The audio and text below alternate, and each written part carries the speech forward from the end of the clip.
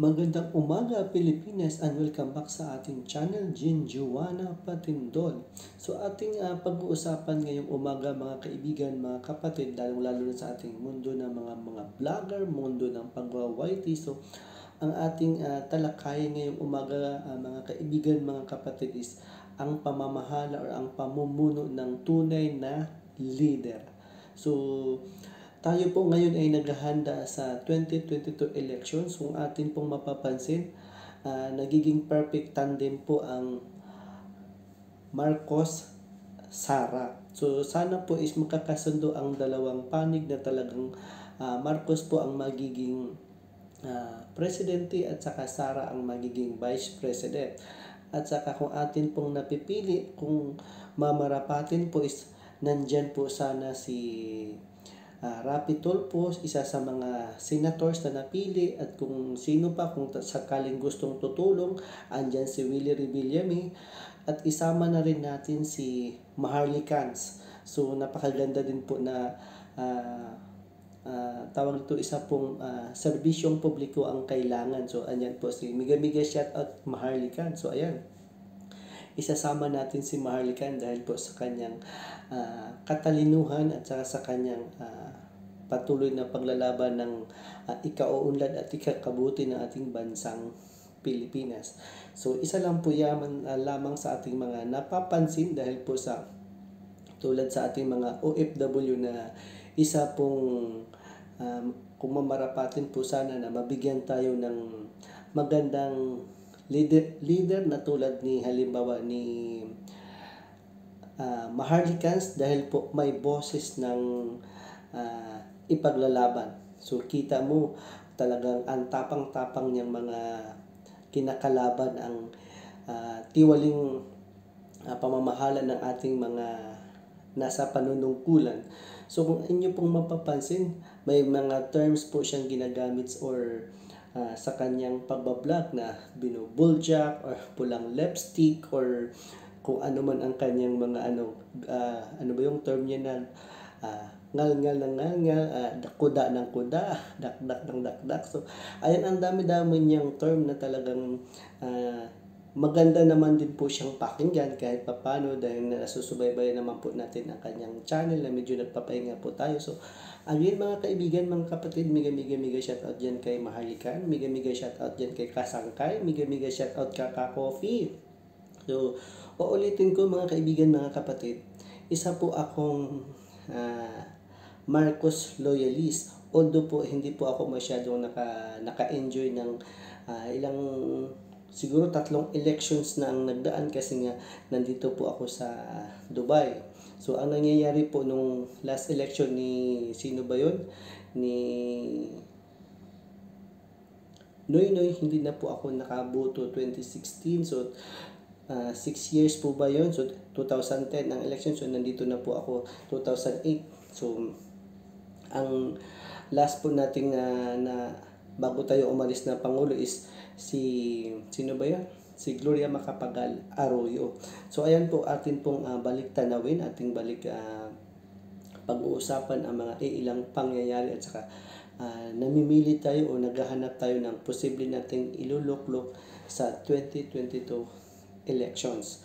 So kung inyo pong mapapansin mga kaibigan, mga kapatid, alam naman po natin na matatapos na lang ang termino ng isang vice president na hanggang ngayon, alam naman po natin na talagang siya ang nananalo pero hindi pa rin pumapabor sa kanya ang hustisya para sa kanyang ipinaglalaban. Pero ano ang gagawin naman dahil nga sa alam naman po talaga natin na siya po ang totoong nananalo. So mag-aantay na lang po tayo sa susunod na election.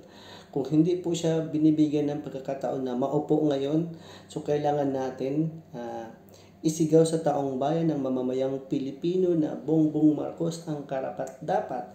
Kasi nga doon sa sinasabi ni Pangulong Duterte, kung pinapalad po na ang kanyang pangalawang Pangulo ay si Bongbong Duterte, ay Bongbong BBM, is pwede po siya mag-step down, ay pwede po siyang bumaba.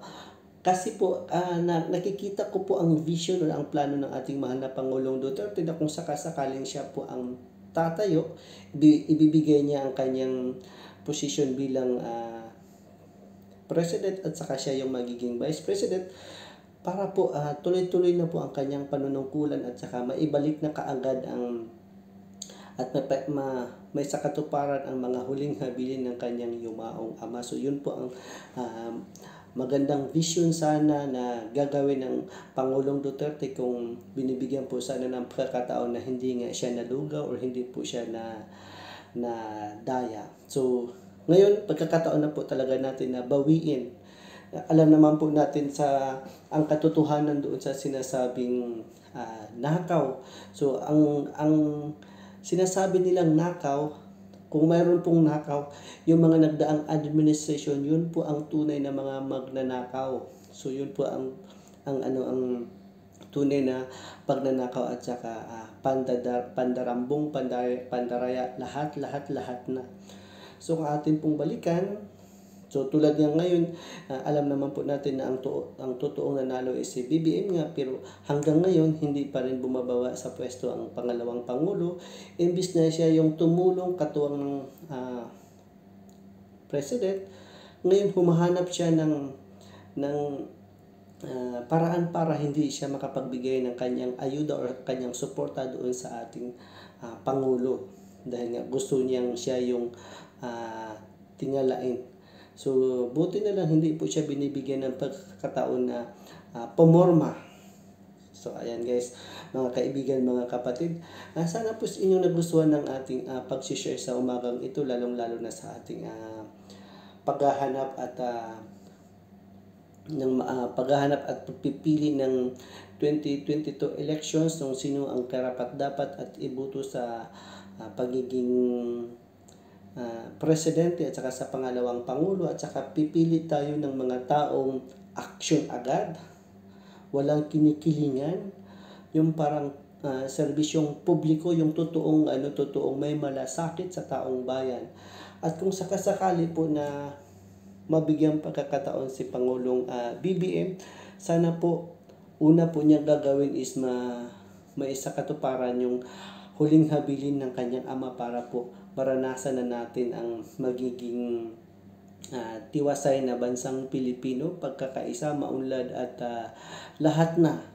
At isakatuparan ang kanyang plano na pagbibigay ng maraming trabaho para po tulad sa aming mga OFW na hindi na po kami makikipagsapalaran dito para mapalayo sa aming mga mahal sa buhay.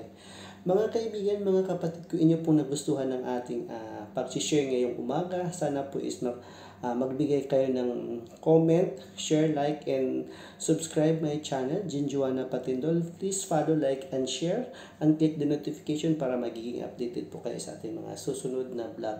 Pakinggan natin ang video na ating nakuha mula kay Maharly Cans, na isa nating sinashoutout na isa din po siya sa magandang pagkakaroon ng boses ng masa na pwede natin ilagay sa Senado. So, ulitin natin tulad ng mga ilang video na ating napapakinggan o ating napapanood. So, sabay-sabay natin panoorin mga kaibigan, mga kapatid. Sabi ko, kung bago pa kayo sa ating channel, please follow, like, and share, and leave your comment on this link and click the notification. Panoorin natin mga kaibigan. Ayan.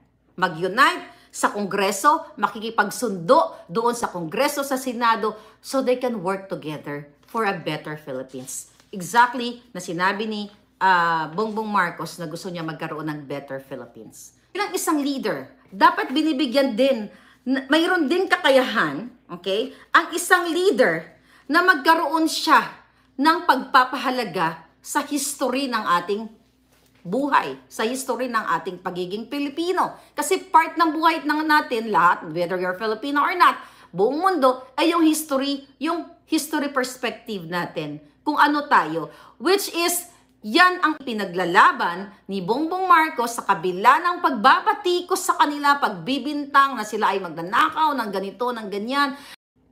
Hindi pala panoorin, pakinggan nyo. I think mali yung approach kasi bakit mo pipigilan yung mga vlog vlogger, I have always said, nung pumutok itong issue na ito, nung when they were talking about liabilities for libel, over the internet, na sinasabi ko, pabayaan ninyo, the internet is the great equalizer.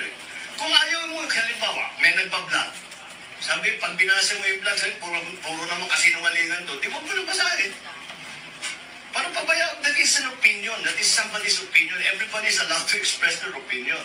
So if you do not believe what they are saying, if you believe this person is lying or this person is just masyadong mahina ang ulo, hindi tama yung mga kanyang pag-iisip, di huwag niyong basahin o huwag niyong sundan.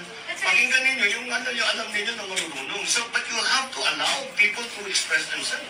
But sir, isn't having an opinion doesn't give you the liberty to spread lies? Because I think that's the criticism to, for example, Asek Moha would very irresponsibly say certain things and she has been caught giving false information and she's already an Asek. Okay, so you take what she writes as with that in mind. So sabihin mo, kung minsan nagkakamali ito. So, baka mali ito, tignan muna natin. So it's up to the reader.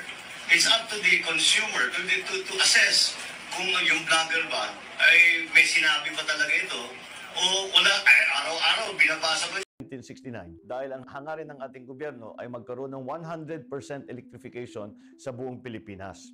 At para dyan ay nagtayo ng malalaking power plant, naglagay tayo ng mga dam para magkaroon tayo hindi lamang pang irrigation kundi para sa hydroelectric power din. At naglagay tayo ng tinatawag na submarine cable. Ang mahirap kasi sa transmission, ang Pilipinas 7,107 islands, kailangan paabutin mo yung kuryente kahit sa malalayo. Umabot din tayo sa 100% barangay-based figure. Ibig sabihin, sa 100% ng mga barangay natin, inabot natin na lahat sila ay may electrification. Kahit na hindi lahat ng bahay, lahat ng barangay natin ay nagkaroon ng kuryente nung mid-80s. Pero hindi na natuloy itong programang ito, kaya iwanan na tayo ng ating mga karatig bansa. Yung Thailand, nasa 100% na. Ang Indonesia, 98 to 99%. Malaysia, 100%. Vietnam, 100%. Ang Philippines, ang 83%. Napakasayang dahil tayo naman nagsimula. Tayo nauna dyan sa rural electrification. Nauna tayo sa lahat ng mga ASEAN. Pero ngayon ay naiwanan na naman tayo at hindi natuloy ang mga programa. Isa sa pinakamalaking programa na nawala ay yung Bataan Nuclear Power Plant. Dahil ginawang political football, sayang yun dahil hanggang ngayon binabayaran natin at pwede naman paandarin yun at 650 megawatts sana yun.